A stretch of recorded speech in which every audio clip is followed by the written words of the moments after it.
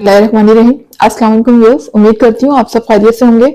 आपको अपने channel miss Hina में वेलकम करती हूँ। तो क्लास हम लोगों का class 9 maths and text book board chapter number 10 parallelogram and triangle continue है, जिसकी आज हम एक्सरसाइज 10.3 का क्वेश्चन नंबर 5 स्टार्ट करने जा रहे हैं। इससे पहले क्वेश्चन नंबर 4 तक कंप्लीट करवा चुकी हूँ। जिन लोगों ने अभी तक कंप्लीट नहीं किए हैं वो मेरे चैनल की प्लेलिस्ट से कंप्लीट कर सकते हैं। इसके अलावा उस प्लेलिस्ट का लिंक आपके वीडियो के डिस्क्रिप्शन में भी मौजूद है, आप वहां से क्लिक करके भी कंप्लीट कर सकते हैं। तो चलिए फिर स्टार्ट करते हैं क्वेश्चन नंबर 5 ऑफ एक्सरसाइज 10.3। जी, क्वेश्चन नंबर 5 ऑफ एक्सरसाइज 10.3 में हमसे कहा जा रहा है prove that the four triangles obtained by joining the midpoints of the three sides of a triangle are all congruent to each other। क्या मतलब हुआ? यानी कि जो हमारा जो ट्रायंगल है, मेन ट्रायंगल है, बड़ा ट्रायंगल है, अगर हम उनके समान उस मेन ट्रायंगल के बड़े ट्रायंगल के मिड पॉइंट को ज्वाइन करें तो मिड पॉइंट को ज्वाइन करने के बाद हमें मजीद 4 ट्रायंगल्स और मिलते हैं। ठीक है, ये कह रहे हैं ना prove that the 4 triangles obtained by joining the mid points of the 3 sides of triangle, यानी कि उस बड़े ट्रायंगल के अगर मिड पॉइंट को ज्वाइन करें तो हमें मजीद 4 ट्रायंगल्स और मिलेंगे। हमें ये प्रूव करना है कि वो 4 ट्रायंगल्स जो ऑब्टेन होंगे उस बिग ट्रायंगल में से वो सब के सब आपस में क्या है?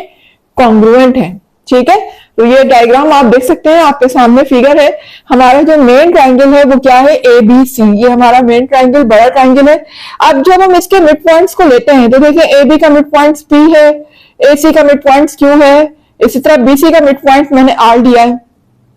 और इन तमाम मिड पॉइंट्स को जब मैं आपस में ज्वाइन कर लेती हूं तो आप देख सकते हैं कि मुझे 4 तरह के ट्रायंगल्स मिलते हैं, this one, this one, this one, this one. अब बजाय इसके कि मैं इनको इतना लंबा लंबा नाम दूं PQR BRQ, तो मैंने इनको शॉर्ट नाम दे दिया कि ये वाले ट्रायंगल का नाम मैंने नाम दे दिया F है, इस वाले ट्रायंगल का नाम G कह दिया, इस सेंटर वाले ट्रायंगल को मैंने H कह दिया और ये ऊपर वाले ट्रायंगल को मैंने स्मॉल E से रिप्रेजेंट कर दिया। आप देख सकते हैं हर ट्रायंगल को, जो भी इसके अंदर ट्रायंगल बन रहे हैं बड़े ट्रायंगल के अंदर, उन तमाम ट्रायंगल्स को मैंने अलग अलग नाम दे दिया। ठीक है, अब हम देख लेते हैं क्वेश्चन में हमें क्या क्या चीजें गिवन है और क्या हमें प्रूव करना है। ठीक है, तो देखें यहां पर सबसे पहले तो हमें एक ट्रायंगल ABC गिवन है, तो लिख दीजिएगा इन ट्रायंगल ABC। ठीक है, इन ट्रायंगल ABC क्या क्या है? ट्रायंगल ABC में P है, R है और Q है। ये क्या है? इसके मिड पॉइंट्स है। ठीक है, इस ट्रायंगल के क्या है? मिड पॉइंट्स है। तो यहां पर हम लिख देते हैं कि P, Q and R are the midpoint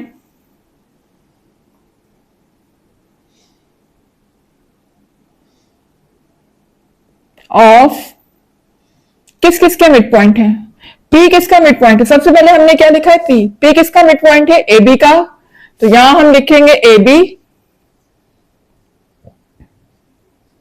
comma, उसके बाद Q लिखा है, Q किसका मिड पॉइंट है? AC का। और लास्ट में हमने कहा है R, तो R किसका मिड पॉइंट है? BC का। लिख दीजिएगा एंड BC और आखिर में ये लिख दिया करिए रिस्पेक्टिवली। ठीक है, इसका क्या मतलब होता है रिस्पेक्टिवली का? कि जिस तरतीब से हम ऊपर मेंशन कर रहे हैं मिड पॉइंट्स को, सेम उसी तरतीब से यहां हमने मेंशन किया है कि P फर्स्ट वाले के साथ है, Q सेकंड वाली साइड के साथ है और R थर्ड वाली साइड के साथ है।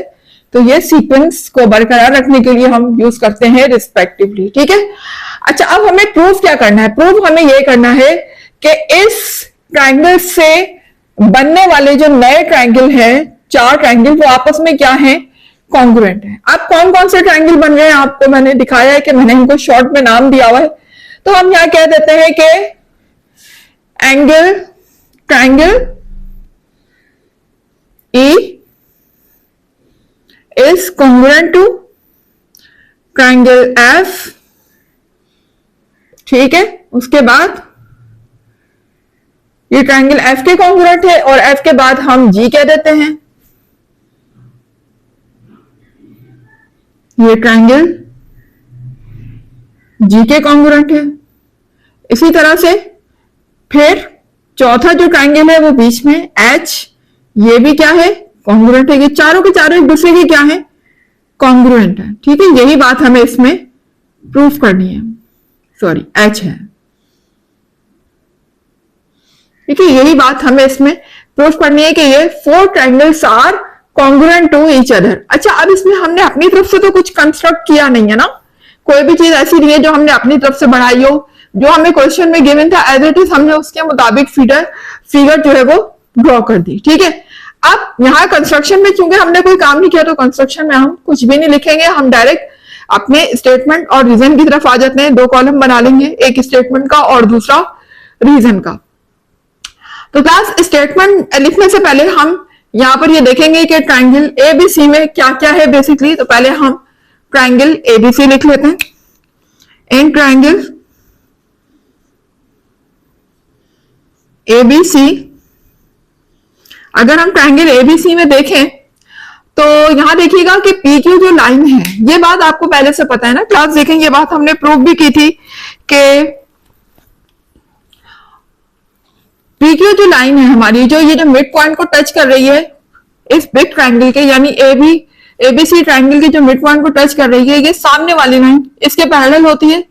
यानी कि ट्रायंगल के जो सामने लाइन है ना इसकी, यानी कि जो थर्ड साइड है, थर्ड साइड के वो क्या है, पैरेलल भी है और थर्ड साइड का हाफ भी होती है। या यूं कह सकते हैं कि ये वाली जो लाइन जो इसके पैरेलल है नीचे वाली, ये बड़े ट्रायंगल की, ये जो है ये इसका डबल है और ये सिंगल है। ठीक है, ये डबल लाइन है और ये सिंगल है।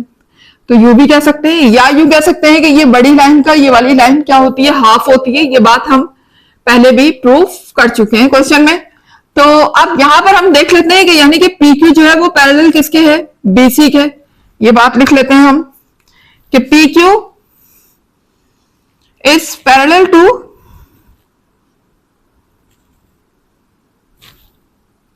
पी क्यू है पैरेलल किसके है, बीसी के है। ठीक है, पी क्यू जो है वो पैरेलल किसके है, बीसी के है। अच्छा, क्यों है ये पैरेलल, क्योंकि ये बात हमें पता है कि a line which intersect the mid point of the triangle, ठीक है, is parallel to its third side. यही बात हम रीजन में लिख लेते हैं। यहां पर क्या लिखेंगे, a line joints the mid point of 2 sides of triangle, ठीक है, इज पैरेलल टू साइड। तो यहां लिखिएगा a line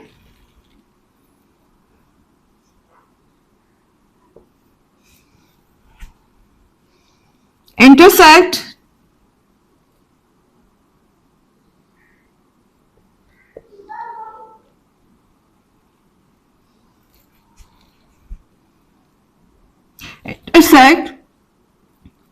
the midpoint of 2 sides of triangle, ठीक है, यानी कि किसी भी ट्रायंगल के अगर वो मिड पॉइंट को इंटरसेक्ट करती है तो वो उस ट्रायंगल के थर्ड साइड के क्या होती है, पैरेलल होती है। तो यहां यही बात लिख देंगे कि is parallel to its third side.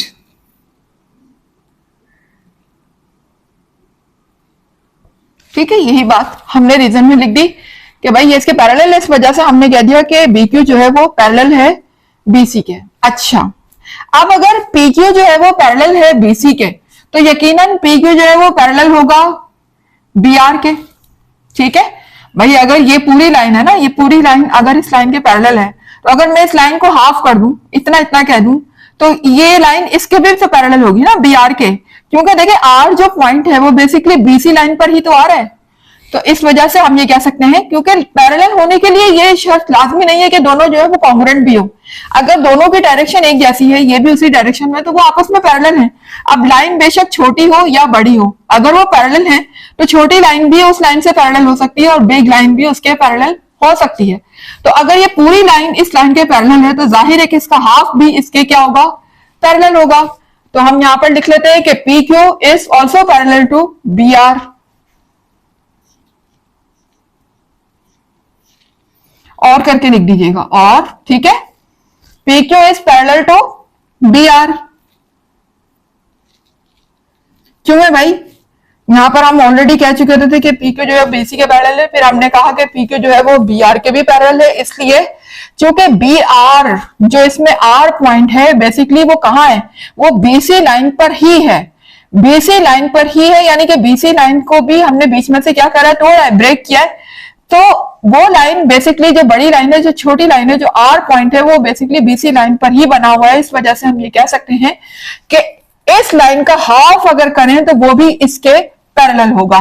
ठीक है, तो यहां पर हम रीजन यही लिखेंगे, because R is the point on BC. ठीक है, because R is the point on BC. ठीक है, बीसी पर ये पॉइंट, तो अब बीसी लाइन पर जो भी पॉइंट होगा यहां ले लें, यहां ले लें, जो मर्जी पॉइंट ले लें, होगा तो वो इस लाइन के पैरेलल ही।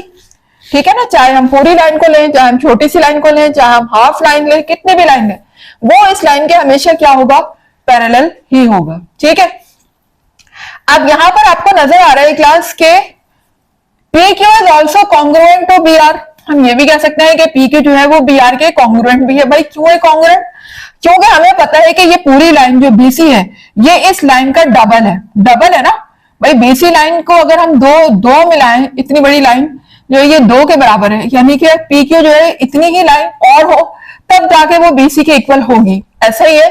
तो भाई अगर हम इस बीसी लाइन को हाफ कर लें, हाफ ऑलरेडी हमने किया हुआ है, पॉइंट आर क्या शो कर रहा है कि बीसी का वो क्या है, हाफ है। तो अगर मैं बीसी का हाफ कर लूं तो यकीनन इसका हाफ जो है वो इसके इक्वल हो जाएगा या कॉन्ग्रुएंट हो जाएगा। क्यों हो जाएगा, क्योंकि ये पूरी लाइन इसका डबल है, और डबल का अगर मैं हाफ कर लूं तो वो इसके इक्वल हो जाएगा। कॉमन सेंस की बात है। तो हम ये भी कह सकते हैं कि P Q is also congruent to B are.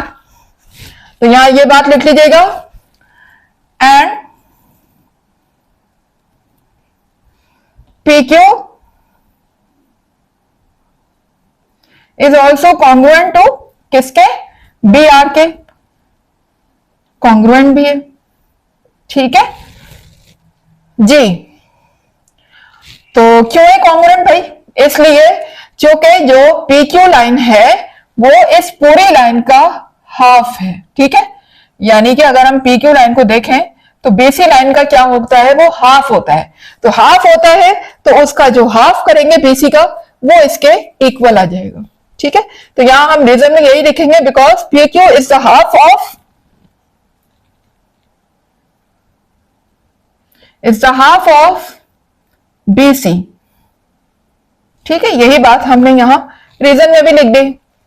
अब आ जाते हैं हम, देखें अब यहां पर मैंने आपसे कहा था कि अगर हम पैरेललोग्राम को प्रूफ करना चाहें तो हमें उसके लिए क्या जरूरी है। देखिए उसके लिए हमें जरूरत होती है कि हम किसी भी अपोजिट साइड को, चाहे ये वाली साइड लें, ये वाली साइड लें, या ये वाली साइड लें, या ये वाली साइड लें, तो अगर हम ये कह देते हैं कि हमने ये प्रूफ कर दिया है कि ये लाइन इसके पैरेलल भी है और ये लाइन इसके कॉन्ग्रुएंट भी है, तो ये ऑटोमेटिकली जो दूसरी अपोजिट लाइन है ना, ये ऑटोमेटिकली खुद ब खुद पैरेलल और कॉन्ग्रुएंट हो जाती है। किसी भी अगर हम अपोजिट एक साइड को प्रूफ कर दें, तो हमने इस वाली साइड को कह दिया कि पी क्यू जो है वो इसके पैरेलल भी है और पी क्यू इसके कॉन्ग्रुएंट भी है, तो हमें ये बात प्रूफ हो जाती है, इससे के बाद प्रूफ हो जाती है कि ये पी क्यू आर बी, ठीक है, ये क्या है, ये एक पैरेललोग्राम है। तो हमने ये बात यहां पर प्रूफ कर दी कि ये जो है shape P Q R B, this is a parallelogram.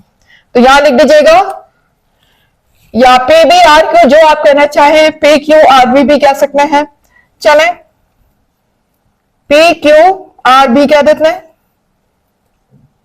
Is a parallelogram.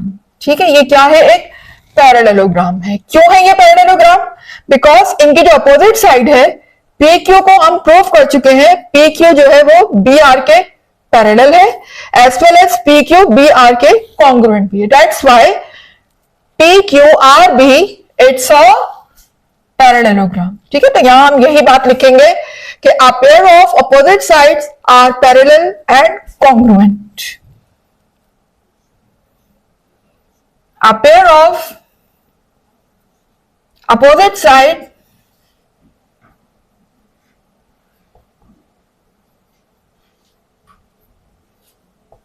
are parallel and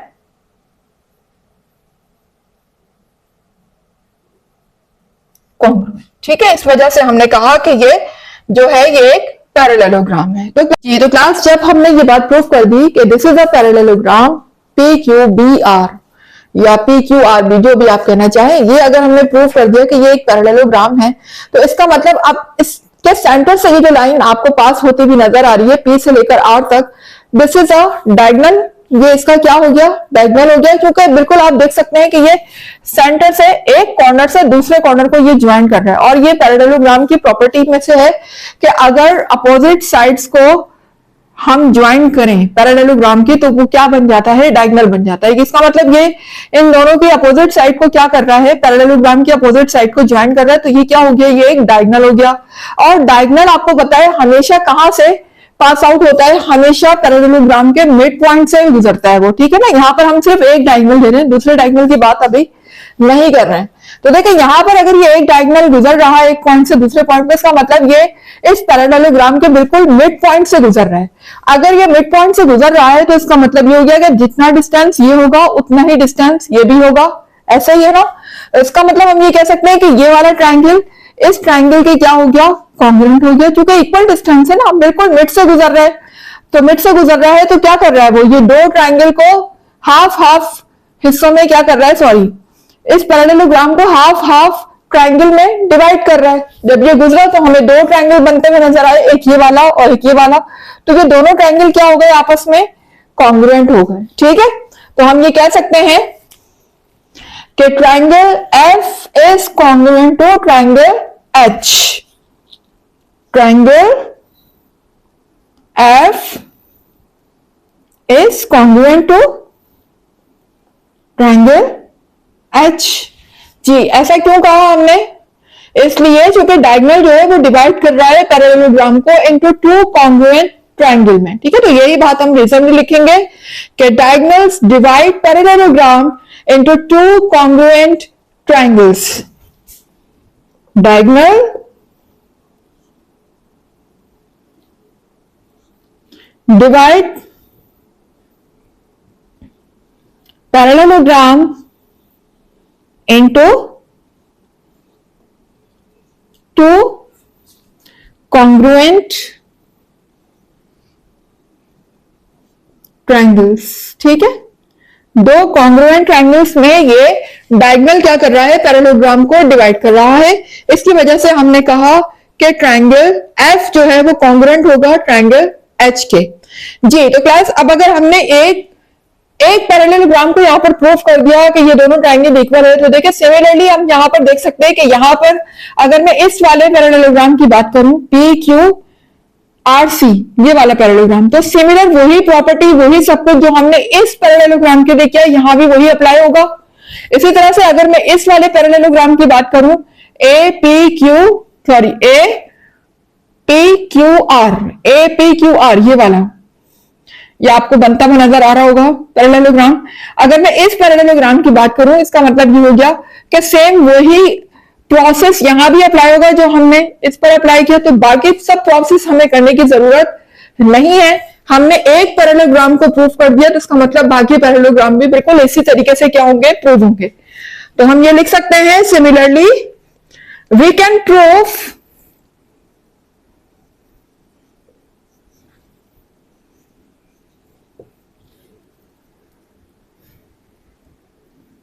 prove ठीक है, क्या प्रूफ कर सकते हैं हम कि पी आर क्यू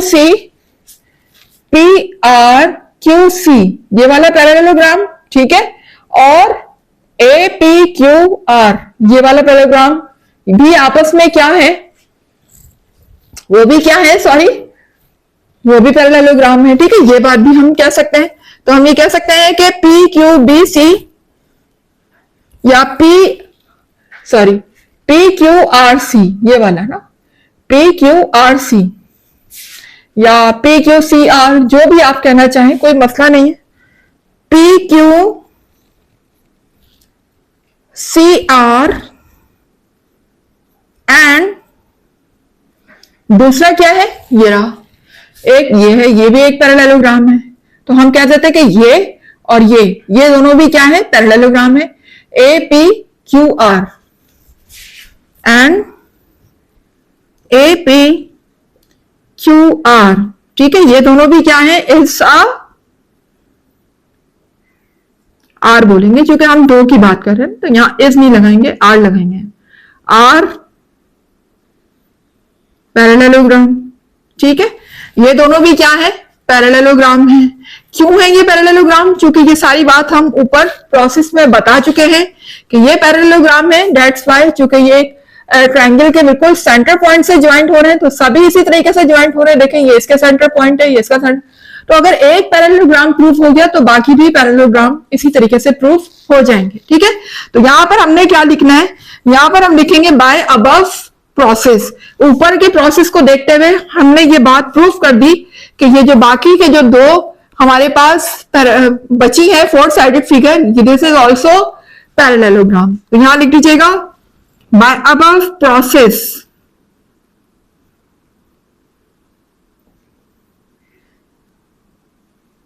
ठीक है। अबव प्रोसेस को देखते हुए हमने इनको भी पैरेललोग्राम प्रूफ कर दिया। अब अगर ये भी पैरेललोग्राम है तो इसका मतलब ये हो गया कि अगर ये एक पैरेललोग्राम है तो ये इसका डायगोनल हो गया।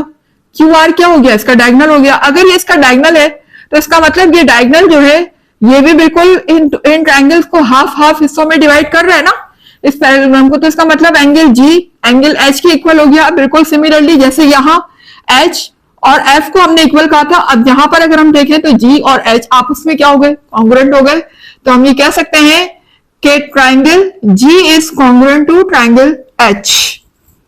ट्रायंगल जी जो है वो किसके कॉन्ग्रुएंट हो गया, ट्रायंगल एच के।